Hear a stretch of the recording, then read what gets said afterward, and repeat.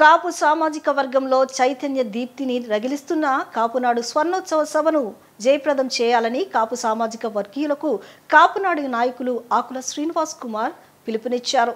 కృష్ణా జిల్లాకు స్వర్గీయ వంగవీటి మోహనరంగ పేరు పెట్టాలన్న అభిప్రాయం కాపు సామాజిక వర్గంలో స్పష్టంగా ఉందన్నారు.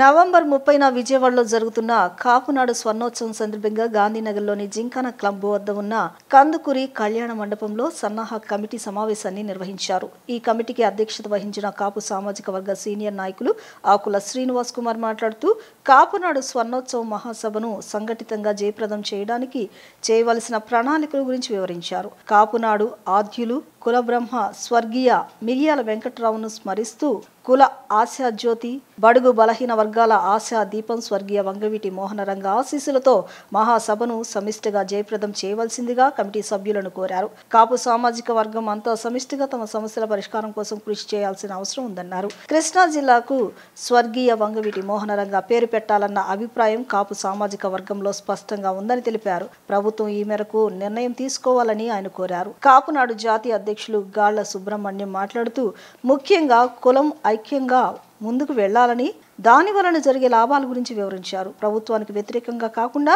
మన కుల సమస్యల పరిష్కారం కోసం కాపునాడు కృషి చేస్తుందని తెలుపుతూ 30వ తేదీన జరిగే సమావేశంలో చేయవలసిన కార్యక్రమాల గురించి వివరిస్తూ కమిటీలను ఏర్పాటు చేయడం జరిగింది. ఈ కార్యక్రమంలో విజయవాడ అర్బన్ కాపునాడు కమిటీ అధ్యక్షులు పరుచూరి కరుణాకర్, మాచవరంలోని దాసాంజనేయ దేవాలయ ధర్మకర్త సోడిశెట్టి కృష్ణప్రసాద్, మార్ట్ బాబీ, రాయలసేన ఈశ్వర్, కుప్పల వెంకటేష్, శ్రీధర్, రాంబాబు, శ్రీనివాస్, ప్రసాద్, సామ్రాజ్యం, ధనలక్ష్మి, పుష్పల భానుకుమారి, ఎర్రంశెట్టి అంజిబాబు, రత్నకుమారి, సురేష్, చక్రధర్ తదితరులు కాపు నాయకులు పాల్గొన్నారు.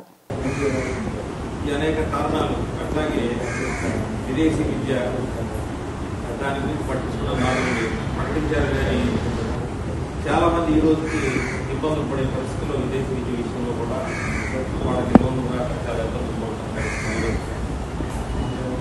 కాపుల సమస్యలు సామాన్యమైన సమస్యలు లేవు. ఈ రోజున మనం నిజంగా వెనుకబడతనానికి లోనయ్యామంటే కేవలం కాపు సామాజిక వర్గమే కనబడుతుంది. మెజారిటీలో ఉన్న అధికారంలో కానీ హోదాల్లో కానీ మనం మైనారిటీ అయిపోయింది. మరి ఇలాంటి పరిస్థితుల్లో మనం ఒక సమూహాన్ని చూపించాల్సిన అవసరం ఉంది. మన బలం ఏదో తెలియజెప్పాల్సిన అవసరం కూడా ఉంది.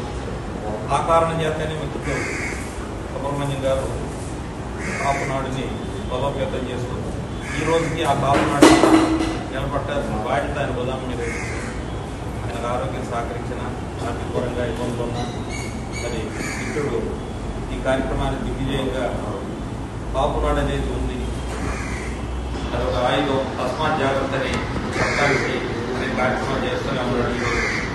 మరి గతంలో కూడా ఆయనతో పాటు కాపునాడు మన కాపునాడు 50 సంవత్సరాల సందర్భంగా ఈ రాష్ట్రం మీద మంచి భారీ సభ ఏర్పాటు చేశారు. విజయవాడ నగరం నుంచి అన్ని డివిజనల్ కమిటీల నుంచి కూడా మన కాపు సామాజిక వర్గాన్ని కూడా మొబిలైజ్ చేసి గట్టిగా తీసుకొచ్చి ఈ సభని విజయవంతం చేయడానికి తోడ్పడుతుందని, అలాగే అన్ని జిల్లాలు కూడా అక్కడక్కడ నూజివీడు, అవినగడ్డ, నాగాలంక, కోడూరు, పెద్దగల్లపల్లి, తలపల్లి నుంచి కూడా మన సామాజిక వర్గాన్ని జనం వచ్చేలాగా ఈ సభను విజయవంతం చేసేలాగా తోడ్పడుతుంది.